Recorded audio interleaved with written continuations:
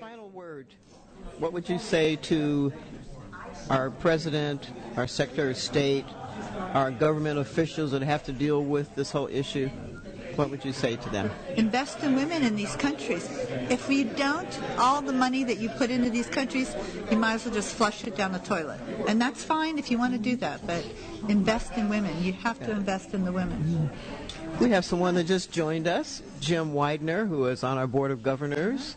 Thank you for joining the table, Jim. Well, thanks for inviting me. It's great to be part of this. Hi, Jim. I wanted to hear all about you. Thank you. Your advanced clippings are very impressive. Oh, good, thanks. Well, she's done even more to make them more exciting in our discussion about her 22 months in Iraq. It's going to be terribly repetitious, but can you give me a little bit of that experience in 22 words or less? I know that you've probably been doing that for an hour, and I apologize for horning in on this conversation. No, it's but fine. You were here. Your last comment, Which was what invest you in tell the our women. government to do about. Well, in a short paragraph, I think one of the biggest failures of Iraq, and I'm not a sexist, so I don't say this because I'm a sexist, but one of our biggest failures is that we failed to invest in the women, and then we failed to invest in the people. So that was our biggest screw up.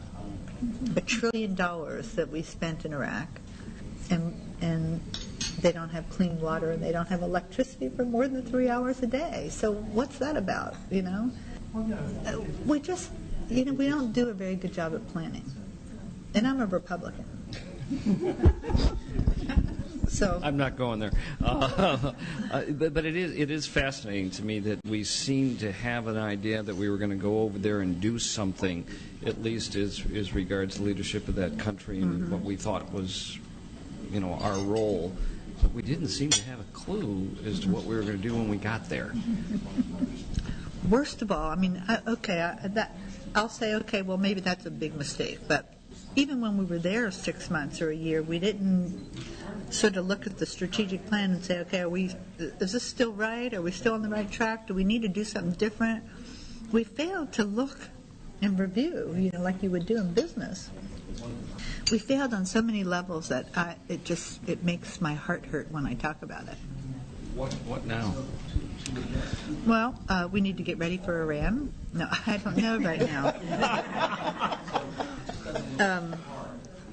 Right now, we need to be demanding our elected officials to invest in women in these countries. We're piling dollars and dollars into all these countries, and we're not making any impact, and we have to start asking ourselves why. Afghanistan, here we are escalating in Afghanistan. What's our plan? Will the cultures in those countries allow us to invest in women? Can that happen? Can there be an impact? Oh yeah, here in Iraq certainly, because Iraq is a very a highly educated country.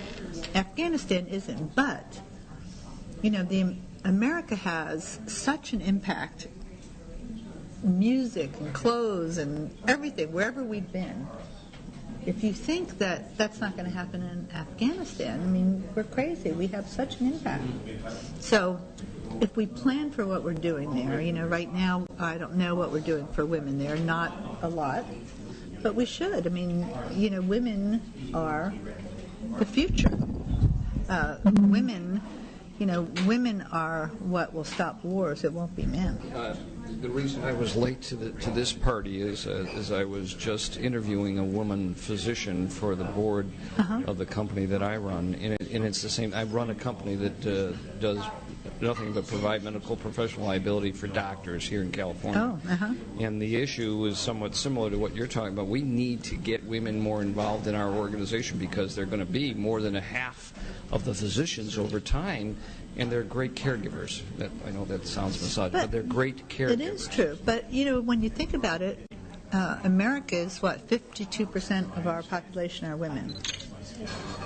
52%. And women are becoming increasingly, when I say influential, I don't mean in terms of money or power, but women are beginning to believe more in women. When you have, as a stockholder, every time I vote on any of the stocks I have, I vote against all the men because there's always one woman on the board. So I vote against all the men on the board, not because I know them, but because I'm trying to send a message. And I only vote for the women on the board. I've been doing that for years. It hasn't made any impact. But one of these days, maybe someone listening to the show will get. Well, I thank you very much for being with us today, and Jim being able to join us. This has been very, very enlightening. I've loved it. Yes. It's just great. Thank you, Eileen. And thank you all for joining us at Table 2. Can I just stay and eat my cookies?